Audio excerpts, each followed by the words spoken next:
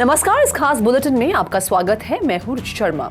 Virtual digital assets को पिछले 24 घंटों में नुकसान उठाना पड़ा क्योंकि फेडरल रिजर्व के इंटरेस्ट रेट डिसीजन पर अनिश्चितता के कारण एक हफ्ते में लेवरेज लॉन्ग लिक्विडेशन का सबसे बड़ा वॉल्यूम शुरू हो गया। इसी के साथ विश्लेषकों ने कहा कि निवेशकों ने इन्फ्लेशन के प्रमुख डेटा पर ध्यान केंद्रित किया है, जिससे इंटरेस्ट रेट्स के परिदृश्य पर असर पड़ने की उम्मीद है। बिटकॉइन $69,000 के निशान से नीचे गिरकर क्रिप्टो करेंसी के बीच गिरावट का कारण बना। मार्केट कैप के हिसाब से सबसे बड़ी क्रिप्टो करेंसी की कीमत हाल ही में 3% कम होकर $69,134 पर ट्रेड कर रही थी। कॉइन क्लास डेटा से पता चलता है कि कीमतों में गिरावट के कारण सभी डिजिटल एसेट में लगभग $200 मिलियन मूल्य की लेवरेज डेरिवेटिव ट्रेडिंग पोजीशन समाप्त हो गई। भारी बहुमत लगभग $175 मिलियन मूल्य की स्थिति लंबे समय से कीमतों में वृद्धि पर दांव लगा रही थी। डेटा से पता चलता है कि ये एक हफ्ते में सबसे बड़ा दैनिक लेवरेज लॉन्ग फ्लश था, जिससे पता चलता है कि लेवरेज ट्रेडर्स को सतर्क कर दिया गया था। क्रिप्टो मार्केट की चौड़ाई और लंबाई में मंदी की भावना दिखी। इथेरियम मार्केट कैप के हिसाब से दूसरी सबसे बड़ी क्रिप्टो करेंसी $3,600 के स्तर से नीचे फिसल गई। हाल ही में 5% गिरावट के साथ $3,502 पर ट्रेड कर रही थी। दूसरी ओर मीम कॉइन्स के साथ साथ SOL, ADA, XRP, AVA कम चलन में थे। पिछले 24 घंटों में ग्लोबल क्रिप्टो का मार्केट कैप 3.6% घटकर $2.59 ट्रिलियन हो गई। दूसरी ओर टोटल क्रिप्टो मार्केट का वॉल्यूम 2% बढ़कर $99 बिलियन हो गया। DeFi में टोटल वॉल्यूम वर्तमान में $9.5 बिलियन है और सभी स्टेबल कॉइन $90 बिलियन हैं, जो कुल क्रिप्टो मार्केट के 24 आवर के वॉल्यूम का क्रमशः 9% और 91% का प्रतिनिधित्व करते हैं। बिटकॉइन का प्रभुत्व वर्तमान में 52.5% है, जो दिन के मुकाबले 0.1% अधिक है। IC15 इंडेक्स टॉप 15 टोकन का बैरोमीटर 3% गिरकर 88,028 पर आ गया। इस बीच बिटकॉइन मार्च में रिकॉर्ड ऊंचाई को तोड़ने में विफल रहा।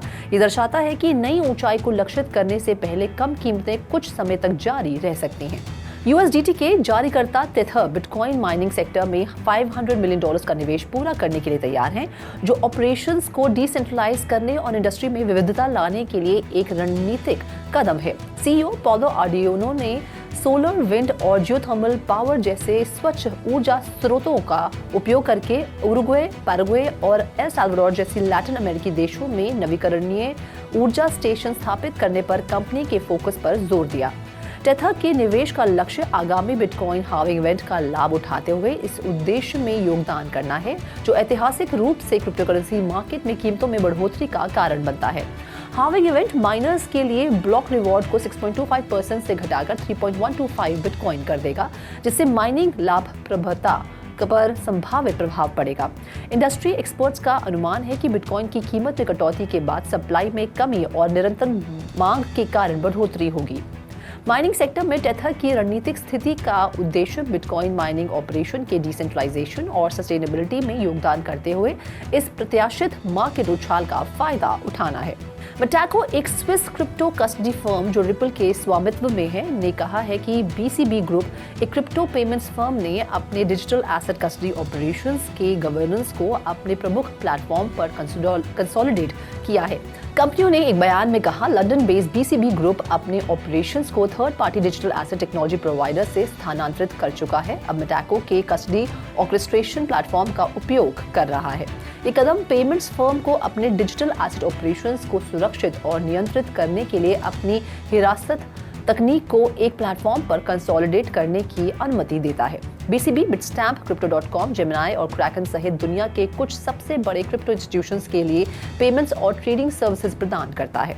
Filecoin liquid staking protocol STFIL ने चीनी अधिकारियों की जांच के बाद टोकन मूवमेंट और अस्पष्ट प्रोटोकॉल अपग्रेड की सूचना दी है। मुख्य तकनीकी टीम के सदस्यों की जांच चल रही है और उन्हें कानूनी सहायता प्राप्त हुई है। उन्होंने $23 मिलियन मूल्य के 2.5 मिलियन FIL टोकन को एक अननोन एक्सटर्नल एड्रेस पर स्थानांतरित कर दिया। STFIL का दावा है कि जांच के दौरान प्रोटोकॉल के भीतर अबनॉर्मल अनस्केड्यूल्ड अपग्रेड्स थे। स्टेकिंग प्लेटफॉर्म सहायता मांग रहा है और कम्युनिटी से टोकन प्राप्त करने वाले एड्रेसेस की निगरानी करने में मदद करने का आग्रह कर रहा है। मुद्दों के बावजूद फाइलकॉइन टोकन $9.32 के 7 दिन के उच्चतम और $265 मिलियन के 24 घंटे के वॉल्यूम के साथ मजबूत बना हुआ है। ये पहली बार नहीं है कि जब चीनी अधिकारियों ने क्रिप्टो प्रोडक्ट्स पर कार्रवाई की है, क्योंकि मल्टी चेन को फंड्स की कमी के कारण 2023 में ऑपरेशंस बंद करने के लिए मजबूर होना पड़ा था। Global digital asset industry bitcoin halving event की तैयारी कर रहा है। अमेरिकी ट्रेजरी विभाग डिजिटल एसेट से जुड़े अवैध वित्त को संबोधित करने के लिए अधिक प्रवर्तन शक्तियों का अनुरोध कर रहा है। कॉइनबेस के मुख्य कानूनी अधिकारी पॉल ग्रिवाल ने अमेरिकी सुरक्षा हितों को संबोधित करने के लिए स्टेबल कॉइन कानून की आवश्यकता पर जोर दिया। डेप्यूटी सेक्रेटरी एडवाल ओ सांसदों से अवैध वित्त की सुविधा प्रदान करने वाले विदेशी डिजिटल एसेट प्रदाताओं पर लक्षित एक सेकेंडरी सैंक्शंस टूल को मंजूरी देने के लिए कह रहे हैं। क्रिप्टो मार्केट का कैप अगले $3 ट्रिलियन के निशान को छूने की ओर बढ़ रहा है और इसका 24 घंटे का ट्रेडिंग वॉल्यूम $101 बिलियन से अधिक है। क्रिप्टो इंडस्ट्री इंडेक्स पर महत्वपूर्ण संख्याएं पोस्ट कर रहा है। क्रिप्टो मार्केट का कैप $3 ट्रिलियन के करीब पहुंच रहा है और इसका 24 घंटे का ट्रेडिंग वॉल्यूम $101 बिलियन से अधिक है। स्पेस नेशन ऑनलाइन एक इथीरियम आधारित साइ-फाई MMORPG ने अपने क्लोज बीटा परीक्षण के दौरान 10 सप्ताह का एयर ड्रॉप पुरस्कार कार्यक्रम शुरू किया है। कुछ NFT रखने वाले खिलाड़ियों को स्पेस नेशन ऑनलाइन के लिए OIK शार्ड्स प्राप्त होंगे। प्रत्येक दिन 9:05 UTC पर NFT धारकों का एक स्नैपशॉट लिया जाएगा और उन खिलाड़ियों को उनके OIK शार्ड्स प्राप्त होंगे जिन्हें 10:1 के रेशो में OIK टोकन में परिवर्तित किया जा सकता है। स्पेस नेशन की स्थापना 2019 में गेमिंग उद्योग के दिग्गज जेरोम वू और टोनी टैंग द्वारा की गई थी और ये फिल्म निर्माता रोलैंड एमरिच द्वारा समर्थित है। कॉस्मोराथन कार्यक्रम 16 जून तक 10 मिलियन OIK टोकन प्रसारित करेगा। अर्जित शार्ड्स की मात्रा उनके पास मौजूद NFT पर निर्भर करती है। Ethereum NFT card game Gods Unchained के प्रकाशक इम्यूटेबल गेम्स ड्रेड अवेकनिंग नामक एक विस्तार पैक जारी करेंगे जिसमें आगामी mobile role playing game guild of guardians के साथ एक क्रॉसओवर शामिल होगा।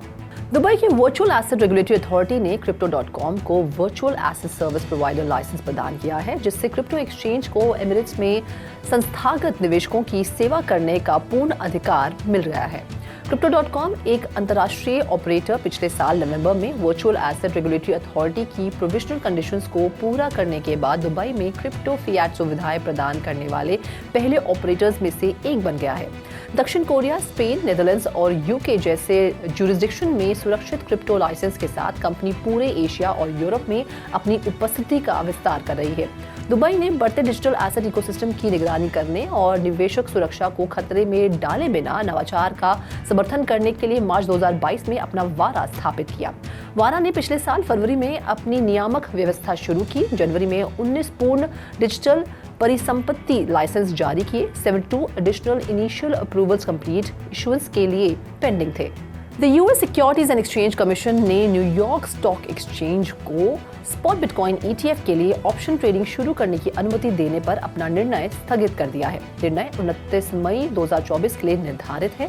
NYSE, बिटवाइज और ग्रेस्केल द्वारा जारी अनुमोदित स्पॉट बिटकॉइन ETF के लिए ऑप्शन ट्रेडिंग शुरू करने की मंजूरी मांग रहा है। क्रिप्टो पर SEC के सख्त रुख के कारण महत्वपूर्ण नकारात्मक भेदभाव हुआ है। इसके 5 सदस्यों में से 2 ने अपनी संस्था द्वारा क्रिप्टो कंपनियों पर दबाव डालने की कोशिश करने की बात कही है। यदि SEC 29 मई को ऑप्शंस की अनुमति देता है तो ये NYSE के लिए एक महत्वपूर्ण अवसर हो सकता है क्योंकि SPDR गोल्ड शेयर्स ETF के पास ओपन इंटरेस्ट में 2.8 मिलियन ऑप्शंस कॉन्ट्रैक्ट्स हैं। यदि BTC समान परिणाम प्राप्त करता है तो इसके परिणाम स्वरूप बड़े पैमाने पर अतिरिक्त मांग के साथ प्रारंभिक मूल्य में वृद्धि हो सकती है। एंडरसन हॉरोविट्ज के डिवीजन A16Z क्रिप्टो ने ब्लॉकचेन स्केलिंग संचालन को तेज करने और सुव्यवस्थित करने के लिए एक zero knowledge Ethereum virtual machine jolt पेश किया है। जोल्ट इथेरियम वर्चुअल मशीन संगत रोल अप के लिए एक रूपरेखा और स्नाक VMs बनाने के लिए एक नोवल मेथड प्रदान करता है। इससे डेवलपर्स को इथेरियम डैप्स के साथ संगत तेजी से स्नाक आधारित लेयर 2 समाधान बनाने की अनुमति मिलती है। ये वर्तमान ZK EVMs की तुलना में 2 टाइम्स तक तेज है जो जीरो नॉलेज प्रूफ्स का उपयोग करके स्मार्ट कॉन्ट्रैक्ट्स चलाते हैं। डेवलपर्स के लिए जोल्ट का विस्तार और ऑडिट करना आसान है जिससे अधिक सुरक्षा मिलती है। इसका मूल स्नाक्स का एकीकरण है जो लेयर 2 स्पेस में स्केलेबल ZK रोलअप की सुविधा प्रदान करता है। जोल्ट लासो के साथ काम करता है जो रोलअप के लिए एक तेज प्रूवर सिस्टम है जो ब्लॉकचेन अनुप्रयोगों की स्केलेबिलिटी को बढ़ाता है।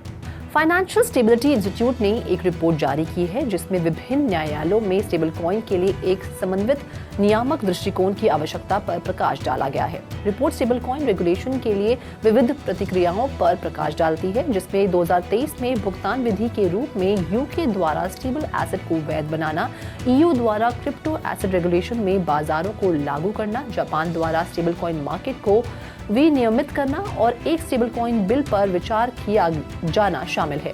रिपोर्ट रेगुलेटरी फ्रैगमेंटेशन के जोखिम के बारे में भी चेतावनी देती है, जो एकीकृत प्रणाली के लिए समस्या पैदा कर सकता है और वित्तीय स्थिरता को खतरे में डाल सकता है। रिपोर्ट स्टेबल कॉइन जोखिमों के प्रबंधन और डिजिटल एसेट इकोसिस्टम में निष्पक्ष प्रतिस्पर्धा को बढ़ावा देने के लिए एक हार्मोनाइज्ड फ्रेमवर्क और ग्लोबल अडॉप्शन के महत्व पर जोर देती है। इस खास बुलेटिन में फिलहाल इतना ही। आप देखते रहिए 3Toto TV और ज्यादा जानकारी और स्टोरीज के लिए लॉग ऑन करें हमारी वेबसाइट www.3watchtv.io पर या फिर QR कोड को स्कैन करें।